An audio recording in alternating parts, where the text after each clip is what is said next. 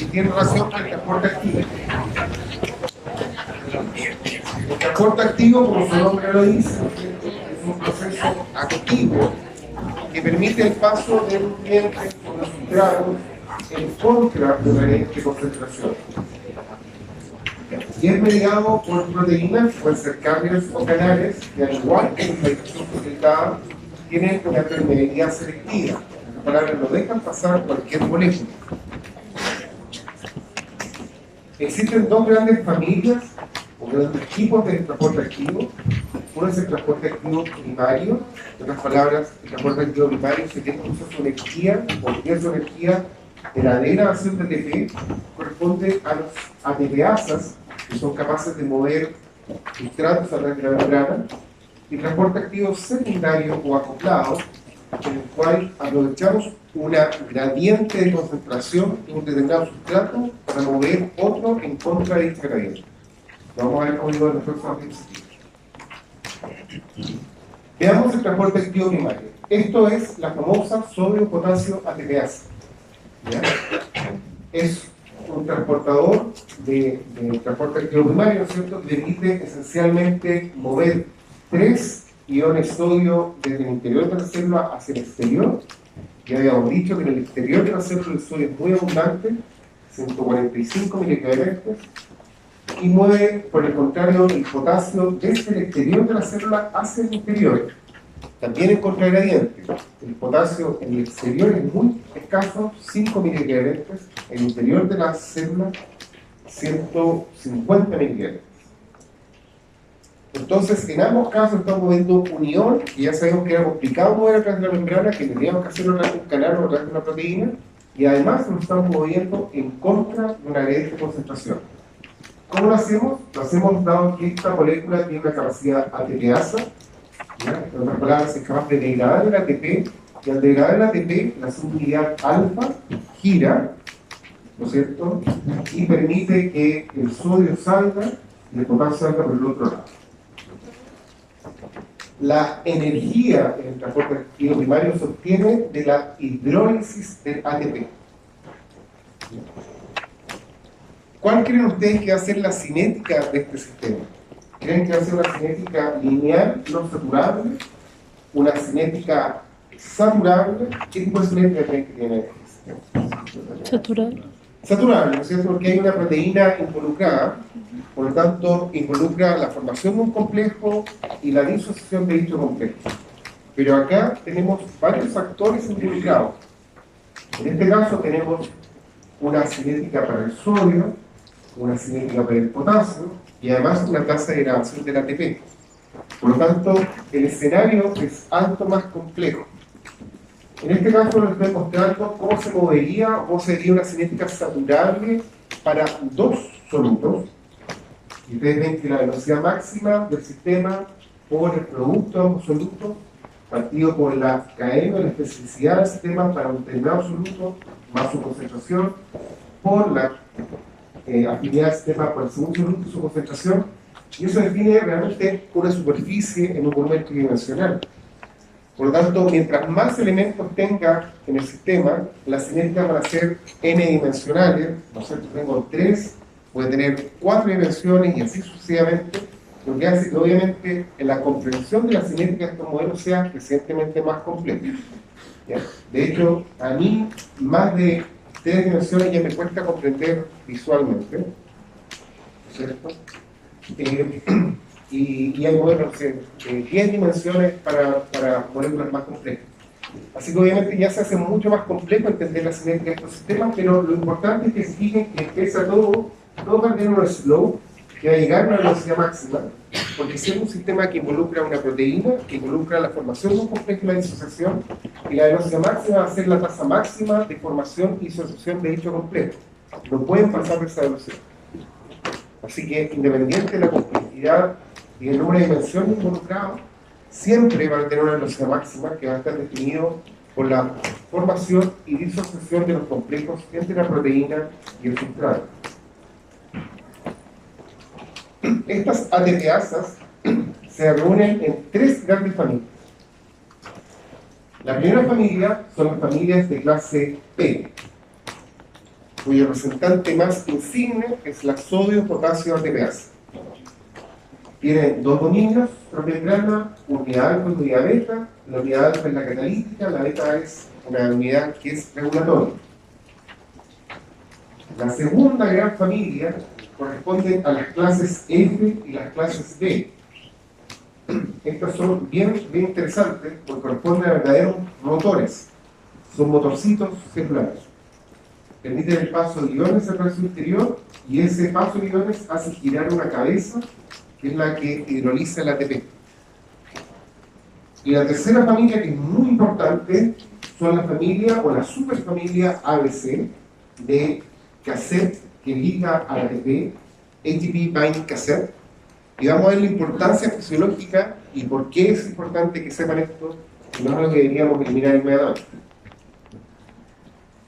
Los transportadores clase P en general son transportadores de iones. Algunos transportan protones, otros sodio, potasio, calcio. Como dije, ejemplo clásico, transportador clase P, la sodio-potasio ATPasa membrana. Otro transportador clásico, la transportadora de calcio del retículo endoplásmico, la cerca. ¿Para qué sirven transportadores clase P? Lo que hacen en general es que mantienen gradientes iónicos. Son muy importantes en la contracción muscular, muy importantes en la activación también de las neuronas. También participan en la acidificación del fluido gástrico, en la acidificación de la orina, etc. ¿Bien? Los transportadores clase F y clase D son estos famosos rotores intracelulares, de los cuales el más insigne, lejos, es la ATPasa F1-F0, que está presente en la mitocondria, ¿cierto? Y que permite el paso en este caso, de electrones a través de su interior, de un protón también en su interior, y eso genera energía motriz que se traduce en la síntesis de ATP. La ATPasa B es similar a la ATPasa F1-F0 presente en la mitocondria, que está presente en los endosomas, también produce protones o mueve protones y sirve para acidificar los endosomas. Y los ATP, los cassettes que ligan ATP, la familia ABC, tiene varias especificidades y es importante porque, por ejemplo, es la molécula que permite el tráfico de lipoproteínas que contienen colesterol y también las moléculas ligadas a la resistencia a drogas. Vamos a verlo más en detalle en las próximas diapositivas. Todas estas moléculas comparten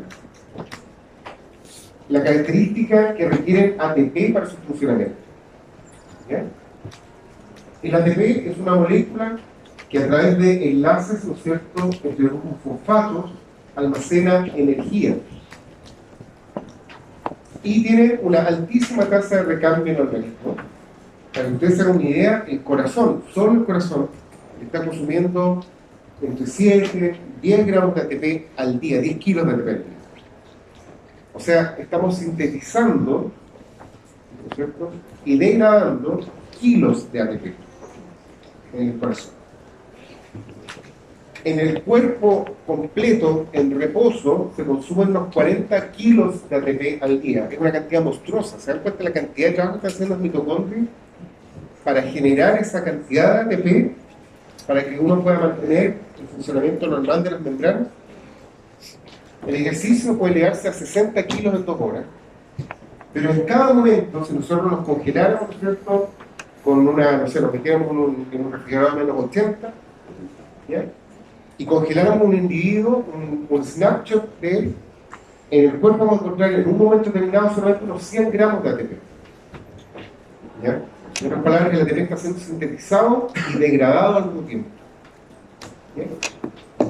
Y todo esto, la gran mayoría está hecho por las mitocondrias. ¿Ya? Los sistemas como la glicólisis pueden producir ATP, pero realmente el aporte es mínimo con respecto a lo que pueden hacer las mitocondrias.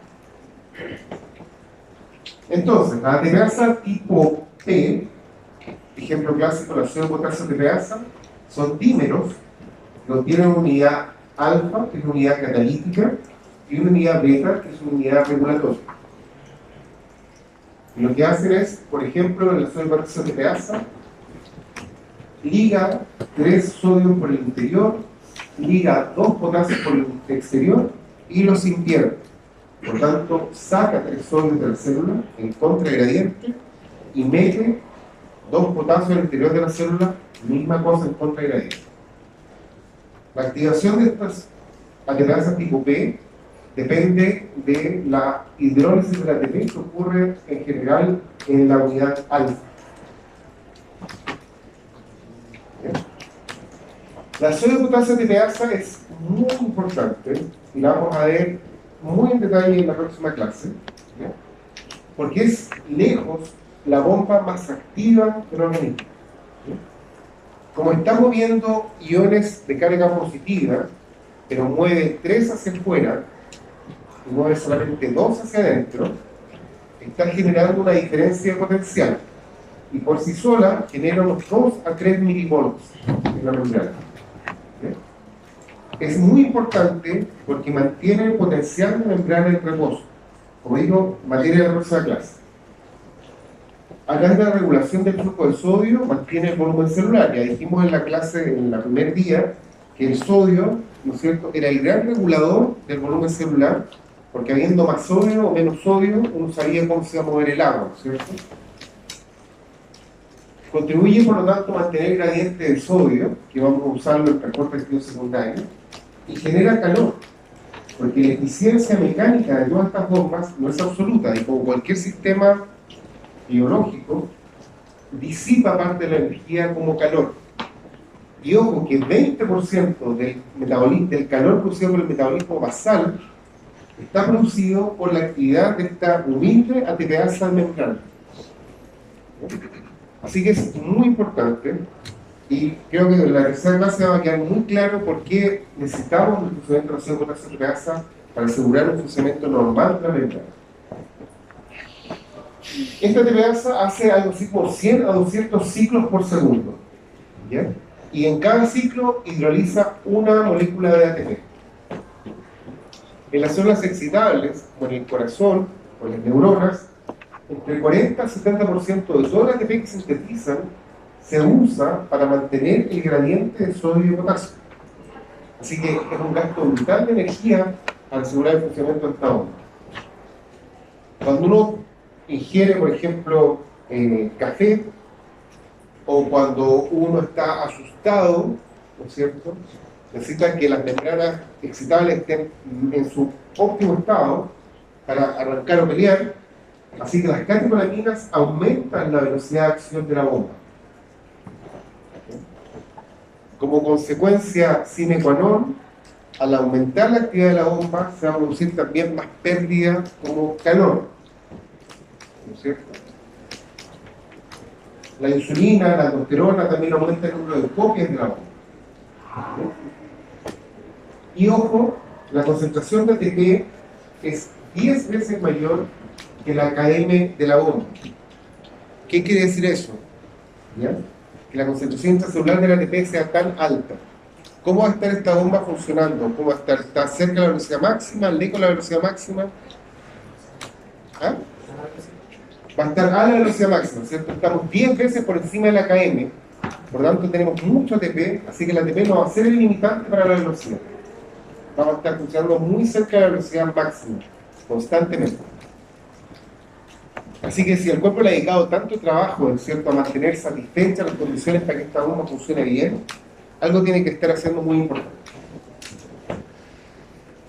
Otro ejemplo de ATPasa de la familia E es la potasio protona ATPasa, que es similar. Lo que hace en este caso es mover potasio contra la concentración desde el lúmenes al interior de la célula y extrae un protón. La célula tiene un pH normalmente neutro, digamos, para efectos prácticos cerca de 7. El lumen del estómago tiene un pH extremadamente ácido, cerca de 1, ¿no es cierto? Así que este protón es bombeado en contra de una gradiente concentración. Así que nuevamente, por ejemplo, una ATPasa tipo P está bombeando ciertos iones en contra de la gradiente concentración, en este caso para acidificar el estómago. Cuando yo tuve una transgresión alimentaria el fin de semana, o digo, sé que es un ejemplo que ustedes no conocen, pero hay gente en los fines de semana toma asado, ¿no es cierto?, toma cerveza, está enfermo de la guatita, ¿ya? Usan a veces omeprazol, ¿no es cierto?, para disminuir las molestias. Lo que hace el omeprazol es bloquear esta ATPasa, ¿ya?, impidiendo la secreción de protones al lumen, por lo tanto disminuye la acidez del estómago, ¿ya? Así que cuando uno está tomando omeprazol, lo que está bloqueando es una ATPasa tipo T.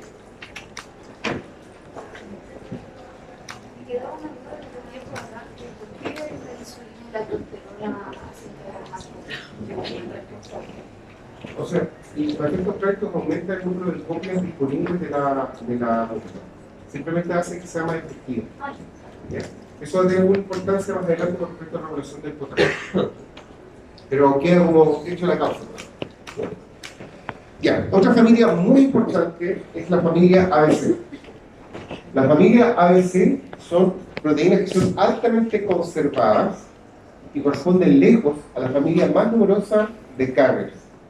Aquí llamamos conservación, hablamos que filogenéticamente están presentes en muchas especies, ¿no es cierto?, que nos preceden en el árbol filogenético. En general, la biología conserva lo que funciona. Así que cuando uno ve una proteína altamente conservada o un residuo altamente conservado de una proteína, uno sabe que esa proteína o ese residuo tiene una función crítica. ¿Bien? Así que las proteínas altamente conservadas en general regulan funciones críticas del organismo. Estas ATPasas están presentes en numerosas membranas celulares. Están presentes en la membrana plasmática, la mitocondria, el retículo endoplasmático, etc. Y la gracia que tienen es que son capaces de mover moléculas orgánicas, como por ejemplo oligosacáridos, algunos iones orgánicos e inorgánicos, mueven también vitaminas, mueven aminoácidos, mueven metales, etc. ¿Ya? Son moléculas que están formadas por 12 dominios transmembranas con 2 unidades regulatorias, ¿ya?, que se enrollan formando un canal. Entonces lo que hacen, al igual que todos, es que, por ejemplo, esta está ligando un sustrato desde el interior de la célula, se produce la unión del ATP y el cambio conformacional, el sustrato sale hacia el exterior de la célula, se hidroliza el ATP y vuelven a la condición basal. ¿Por qué son importantes estos transportadores? Pensamos, por ejemplo, en la barrera hematoencefálica. La barrera hematoencefálica es una estructura que permite mantener el sistema nervioso central, el cerebro, ¿no es cierto?, y el tronco encefálico y el cerebro en un ambiente aislado del resto del organismo. Un ambiente aséptico, ultra regulado, en el cual es muy difícil que lleguen alguna sustancia. Si yo pongo un antibiótico, que es una sustancia foránea, la barrera hematoencefálica lo va a echar para afuera. Lo va a echar para afuera usando una glicoproteína, la glicoproteína P, que es un transportador tipo ABC. Y eso es porque la barrera hematoencefálica es un santuario, digamos, y el sistema está hecho para que no pasen sustancias foráneas hacia su interior. Entonces, cuando yo quiera tratar una meningitis, una infección del torrente, ¿no es cierto?, del intestino central, forzosamente yo voy a tener que usar o antibióticos que sean capaces de cruzar la barrera hematoencefálica o concentraciones muy altas de antibióticos para superar la capacidad de transporte de esta glicoproteína. De otra manera, esta glicoproteína va a echar el antibiótico para afuera inmediatamente. Ahora, en el cerebro se sintetizan cosas, ¿no es cierto? La hipófisis, por ejemplo, sintetiza hormonas. ¿Cómo esas hormonas salen del cerebro y llegan a la circulación?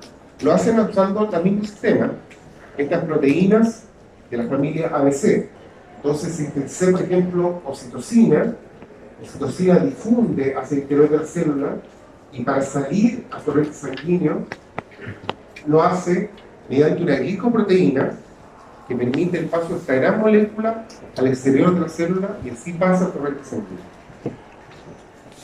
Obviamente, estas otros ejemplos de transportadores que tienen un sistema mozado, en este caso una vesícula ligada a creolina, que permite que uno tenga guardaditos los transportadores y en caso necesario los exprese en membrana. Así que estos transportadores de la familia ABC, el ejemplo acá es la gliproteína P, es fundamental para comprender el funcionamiento de la barrera hematoencefálica.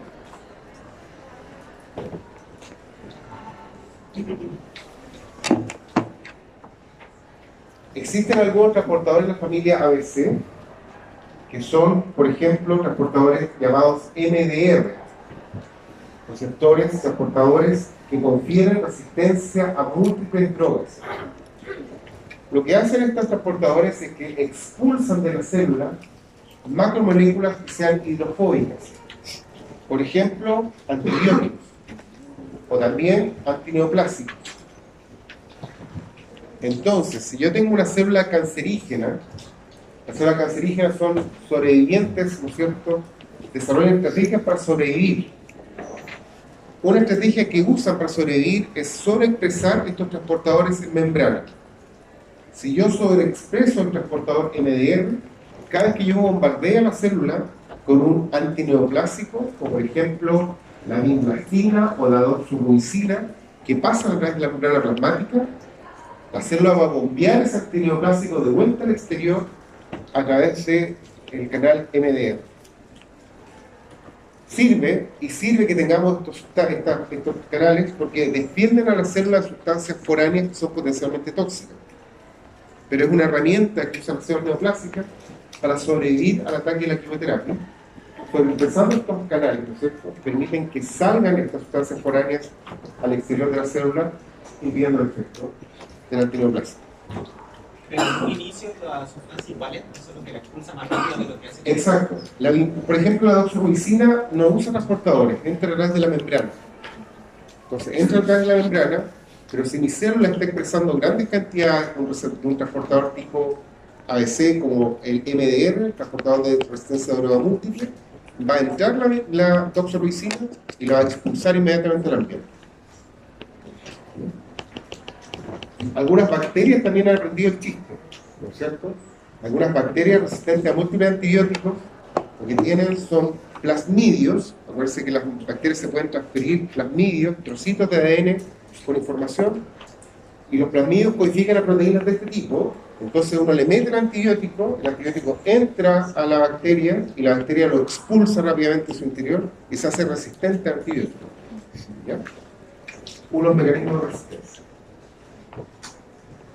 ¿En qué condiciones fisiológicas humanas son importantes estos receptores o estos transportadores? Un ejemplo clásico es la fibrosis quística. La fibrosis quística es una enfermedad hereditaria recesiva causada por una proteína anormal, ¿no es cierto?, que es el regulador de conductancia asociada a fibrosis quística, la CFTR, que es esencialmente un canal de cloro. Y estas personas tienen esta molécula mutada o disfuncionante, lo que hace que no se pueda excretar cloro a través de este canal. La consecuencia es que las secreciones de estas personas son más viscosas, porque tienen menos agua, y por lo tanto produce una secreción viscosa y espesa que ocluye los bronquios, que ocluye el páncreas, ¿no es cierto?, produciendo problemas respiratorios y malabsorción intestinal. Entonces los niños con fibrosis quística tienen efectivamente a menudo sinusitis porque acumulan una secreción espesa y viscosa en los senos paranasales. Por la alteración de este canal, la sudoración es característicamente una sudoración salada. En la bilis se destapan los conductos biliares, se tapan los conductos pancreáticos. El intestino, por lo tanto, no puede absorber adecuadamente los nutrientes. Tiene además problemas de fertilidad, etc. Existen muchas clases de mutaciones diferentes del canal, algunas que determinan, por ejemplo, pérdida completa del canal por falta de síntesis, por presencia, por ejemplo, de un codón stop, o alteraciones en el procesamiento, en la conductancia, etc. Obvio, no viene al caso del daño. Es un canal de la familia ABC. Incidencia 1 en 3.000 a 1 en 8.000 nacidos vivos mucho más prevalente en población caucásica. Y ojo, 1 de cada 30 personas puede ser portadora de una mutación. Ahora el tema es que para tener efectivamente la enfermedad, uno tiene que heredar ambos alelos mutados, lo que hace que sea obviamente la incidencia más baja. El hispano, como nosotros, es 1/3 menos frecuente en Estados Unidos, por ejemplo, es muy frecuente en los fibrocitos.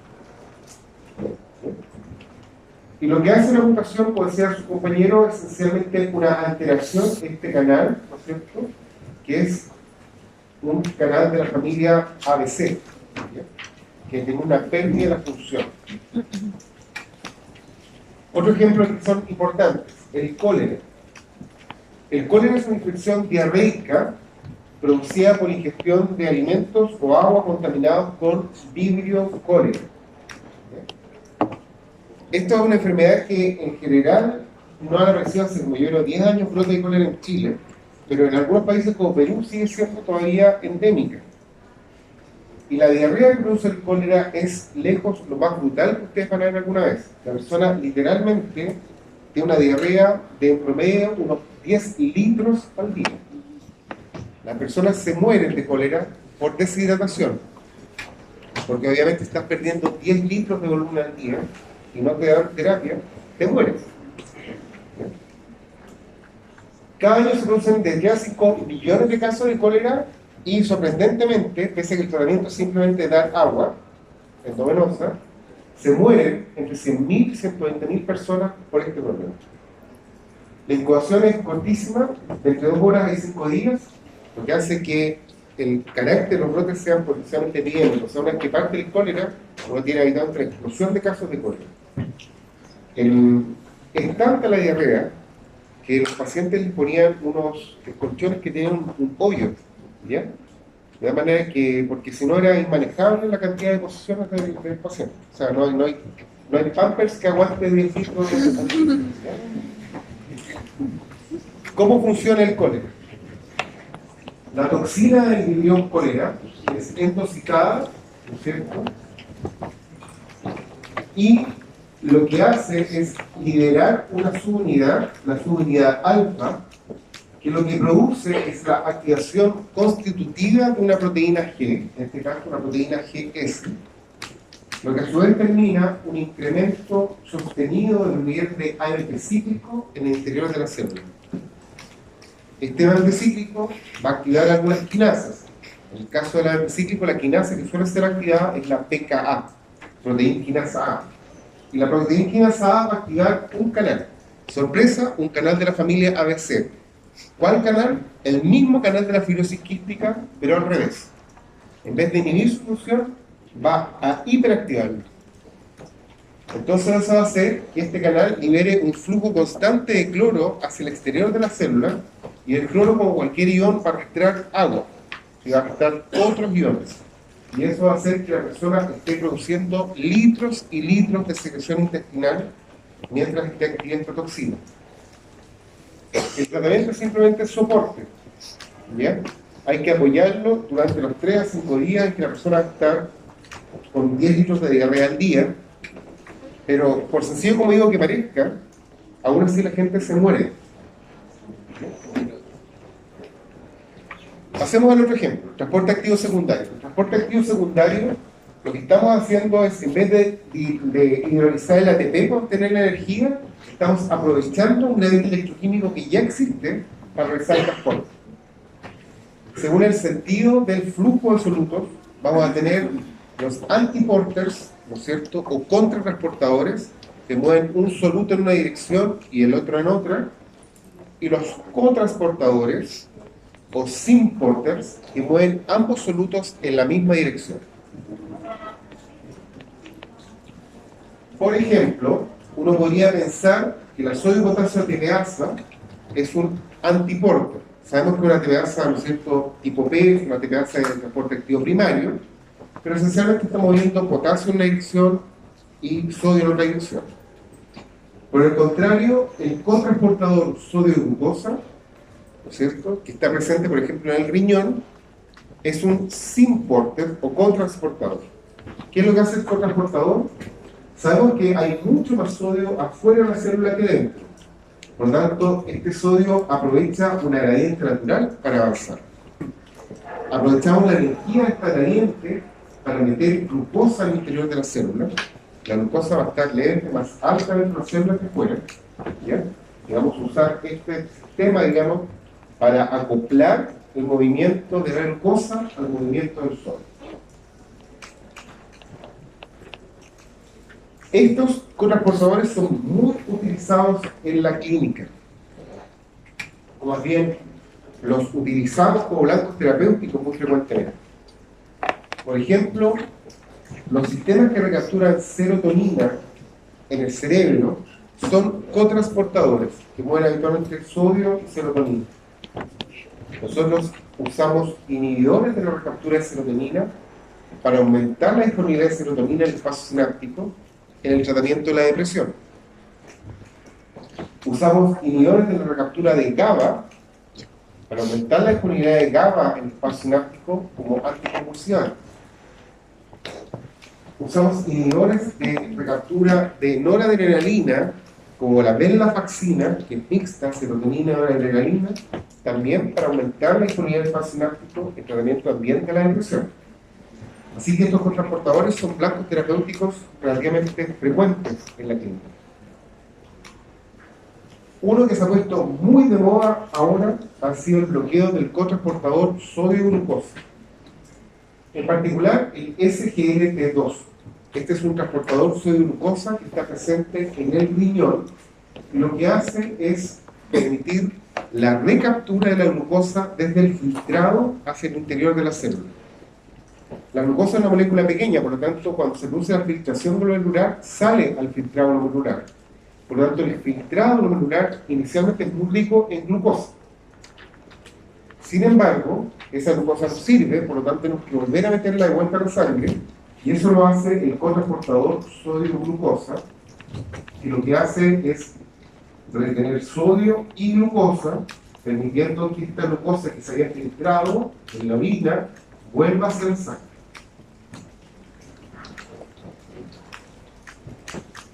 Normalmente, cuando yo orino, digamos, preparo la orina, se produce el filtrado glomerular, mi orina inicialmente, como les digo, va a ser muy rica en glucosa. El transportador sodio-glucosa tipo 2 va a devolver esa glucosa desde la orina hacia el interior de la célula. Pero con cualquier sistema de cotransporte, o cualquier sistema que involucre una proteína, tiene, como han dicho majaderamente en esta clase, una velocidad máxima. Por lo tanto, va a haber una concentración en la cual ya no pueda volver meter más glucosa al interior de la célula, de vuelta. Y esa glucosa es grosso modo 300. Eso es lo que se denomina umbral renal de la glucosa. Si mi glucosa excede 300 en el filtrado, no voy a ser capaz de devolver toda esa glucosa de vuelta a la sangre y voy a excretar glucosa en la orina, lo que no es normal. El término original, ¿no es cierto?, de la diabetes viene de diabasein, que en griego clásico significaba atravesar. Ahora significa leer, pero en griego clásico significaba atravesar. Y el concepto de los médicos griegos era que cuando una persona tenía diabetes, comía azúcar y la atravesaba y botaba la misma azúcar. Ellos veían, por ejemplo, que las hormigas llegaban a la orina del paciente con diabetes, a diferencia de la orina normal, que en general es atractiva para las hormigas.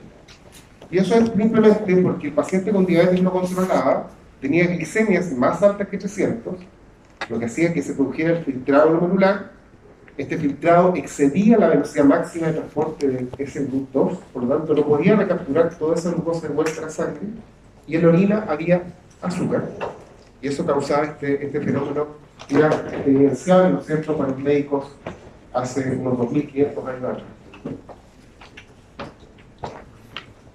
¿Por qué entonces tratamos de darle a una persona, por qué en su sano juicio alguien quisiera bloquear este sistema? Cuando yo doy a una persona empagliflozina o dapagliflozina, yo estoy anulando la reabsorción renal de glucosa. Por lo tanto, la persona va obviamente a tener mucha glucosa en la orina. ¿Bien? ¿Para qué creen que podría servir eso? ¿Ah? Para bajar de peso, muy bien, las personas que están en palifosina o palifosina pierden glucosa por la orina, así que bajan un poquito de peso. No mucho, como unos 3-4 kilos al año, pero igual se baja un poco de peso. Si tengo demasiada glucosa en sangre, quiero que se me vaya a orina.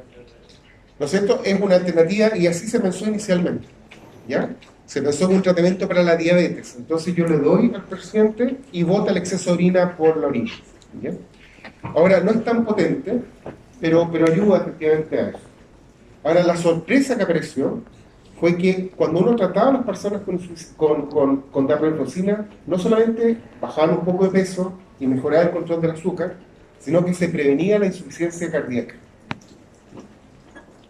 Nadie entendía esto al principio, ¿ya? ¿Por qué podía estar pasando? Perdón, ahí hay una propuesta, ¿sí? Sí, tenía la duda porque creo que también como estos medicamentos podían generar como más infecciones psicóticas. ¿Cómo funciona esto? Es el lado B, ¿cierto? Si tengo una orina más rica en azúcar, facilito el crecimiento de bacterias y microorganismos, así que hay más riesgo de micosis efectivamente genital y más riesgo de infección urinaria. Es lejos del efecto adverso más común. Como digo, la sorpresa de estos medicamentos fue que prevenían la insuficiencia cardíaca. Algunos pensaron, bueno, si yo boto azúcar y sodio, porque estoy colocando el cotransportador, ¿qué pasa con el volumen de orina? ¿Aumenta o disminuye? Yo estoy filtrando una sustancia osmóticamente activa y la estoy dejando en el compartimento de la orina. Esa sustancia va a chupar agua, ¿cierto? Por lo tanto, la orina va a ser más abundante o menos abundante. ¿Cuánto volumen puede tener? Más. Entonces tiene cierto efecto diurético. Así que probablemente ese es uno de los efectos protectores. También, al producir pérdida de glucosa en la sangre, disminuyen los niveles de insulina circulante, lo que produce un incremento en la síntesis de cetoácidos. Los cetoácidos son sustratos energéticos para dos tejidos en el organismo, para el corazón y para el cerebro, y en menor caso para los músculos. Así que mejoraba también el performance fisiológico, ¿no es cierto?, del cerebro y del corazón. ¿Ya? Así que, como digo, esta es una sorpresa que apareció en los estudios clínicos, y en este momento los inhibidores de la SGLT2, del cotransportador asociado de glucosa tipo 2 del riñón, son medicamentos que se usan en diabetes, obviamente, pero se usan también en insuficiencia cardíaca, ¿ya? Y son parte de los pilares del tratamiento de insuficiencia cardíaca. Y probablemente las pistas estaban en la clase de segundo año de medicina, ¿cierto?, hace 20 años. ¿Ya? Perfecto. Ya, ahora sí que hay que juntar energía porque la clase que viene lamentablemente es compleja. Así que van a darme un receso unos 20